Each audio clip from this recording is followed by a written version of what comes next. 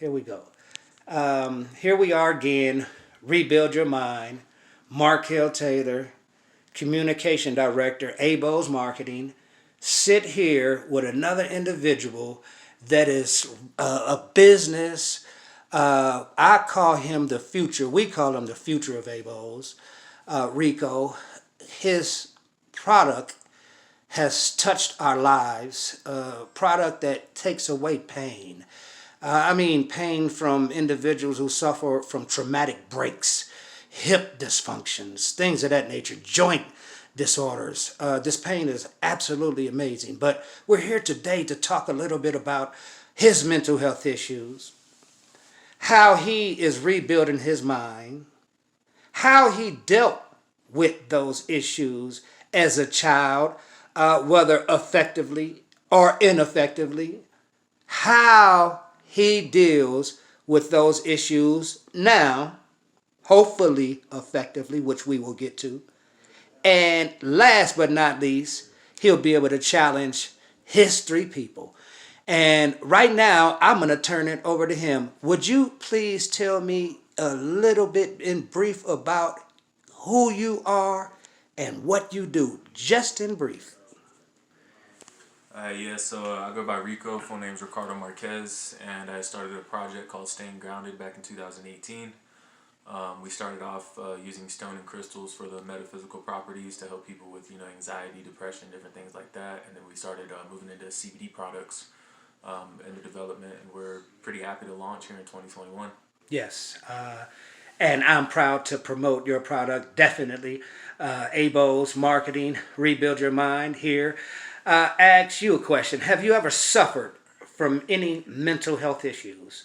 And if so, what was there? If you don't mind talking about it, you're talking to the world. We want people to know that this is real and what you have experienced is real, and to hopefully inspire others to become and do what you're doing. What have you suffered from?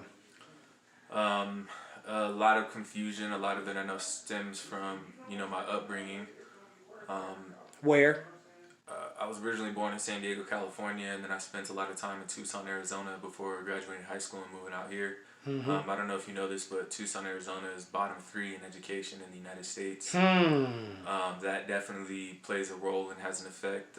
Tucson, Arizona is also it's a state that touches Mexico, and it being a small town that's pretty close to the border, there's a lot of, cartel activity, a lot of corruption in the system, a lot of corruption in some of the authority and the police officers, different things like that are supposed to be there to protect and serve, as is with, a lot of other places that we've seen in this nation.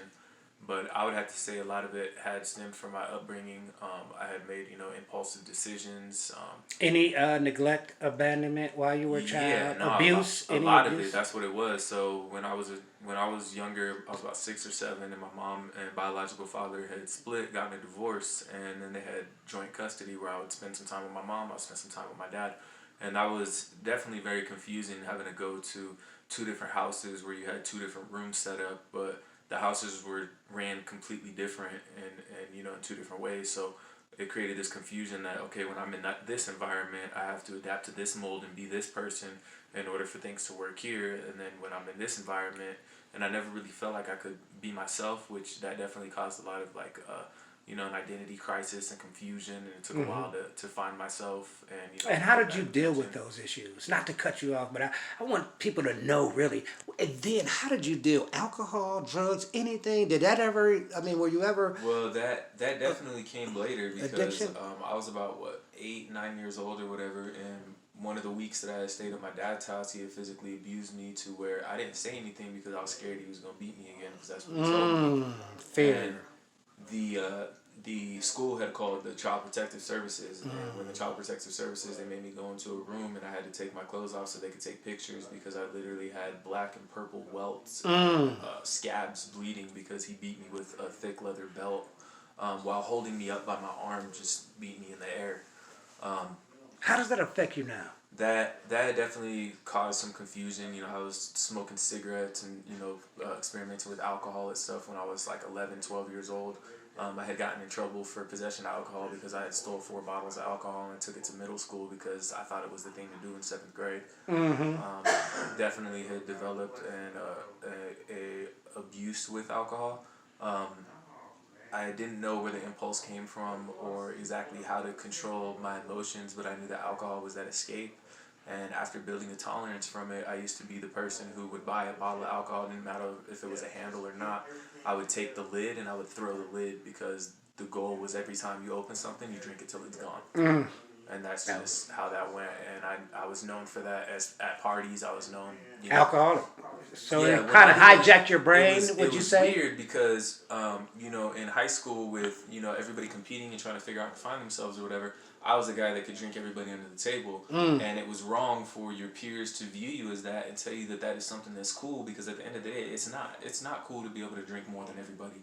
To be able to drink a liter bottle of alcohol while everybody else is drinking a 40, and you can kill a bottle of straight liquor like they drink a bottle of 40 and be just as fucked up because you have a tolerance. And people are like, this guy's cool. No, that is not. And that also created a lot of confusion. You heard that, students? He said that is not cool.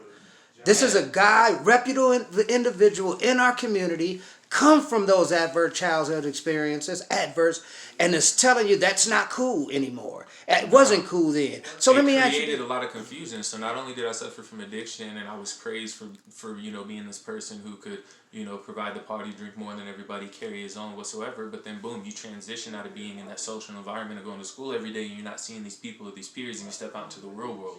And then you step into the real world and you start working jobs and different things like that, or maybe trying to build a brand and a company of your own.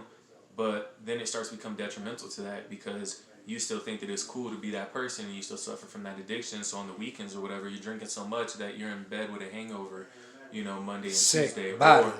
Or you can be high functioning alcoholic to where you keep a gallon of water by your bed. You drink more than everybody. Drink that bottle throughout the night and get up at 6 a.m. and go to work the next day. Is that what you're doing now? Still smelling like whiskey. No, I do not do that anymore. How do you deal with it right now? So the way that I did it was I really needed to retract and take a step back, and part of it was just getting a deeper understanding of the way the brain works and the psychology of addiction, I guess you would say. Understanding like relapse prevention, risk factors, environmental risk factors. Like one of the things is, and I kind of struggled with it at first, is like, okay, cool. I said I didn't want to drink anymore, so I had stopped drinking.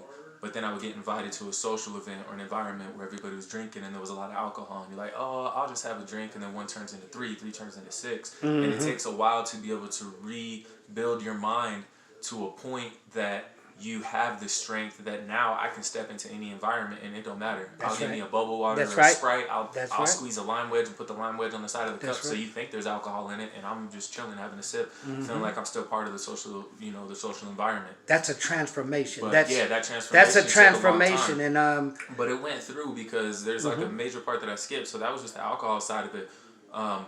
There was abuse of experimenting with all kinds of drugs, powders, different things like that. That's right. And like cocaine, ketamine, LSD, ecstasy, different things like that. And it's real easy to use those. And one of the things that I didn't know or recognize at first is that I was using a lot of these things as an escape because I wasn't willing to face my demons. I wasn't willing to understand and recognize that when my mom and dad first split, some of the environments and places that my mom took me, people were touching me and doing things that they shouldn't have done at a young age.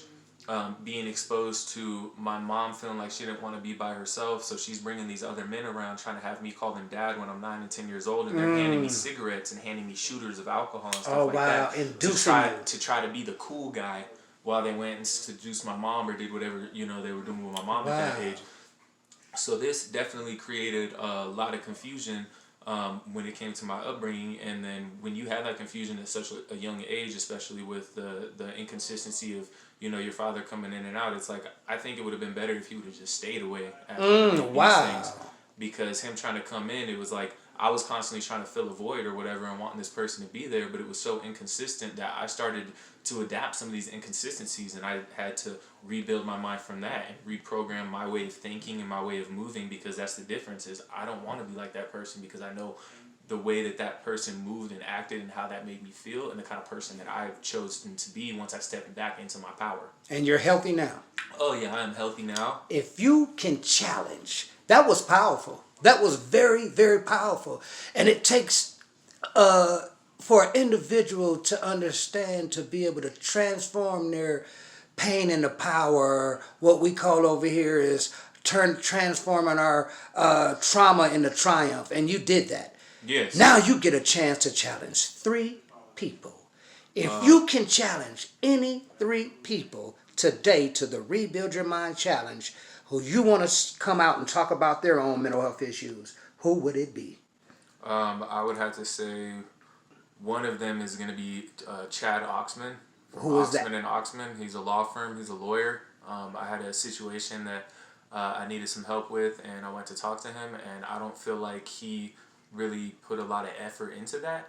There you go. And that is definitely one person I'd like to challenge, because I feel like if he had a better insight and understanding of psychology, addiction, just the way that people move, and a little bit more compassion, he would have did more than the greet him and plea him bullshit that lawyers greet him, plead him, and greet him.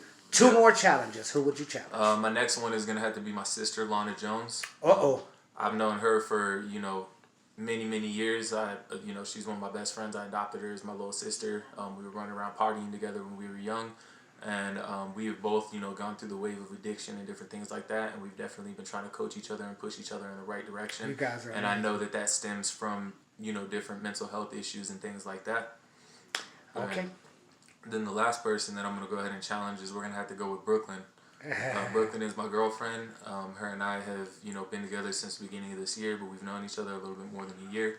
And she has definitely gone through some traumatic stuff. Wow. But just in the last year, spending as much time as I have with her, and her helping me, step into this business and help me build my dreams and stuff, and some of the stuff that she's overcome, I challenge her to just go ahead and just pour her heart out into one of these videos, because I think that it can inspire, help, and touch a lot of people who have gone through something simple to know that they can make it and they can do anything that they put their mind to, and you can rebuild your mind and come out of any dark place or any poor, toxic way of thinking, and shift it and replace it with healthy thoughts and better, healthier habits and higher performing habits. And that's what you did here today.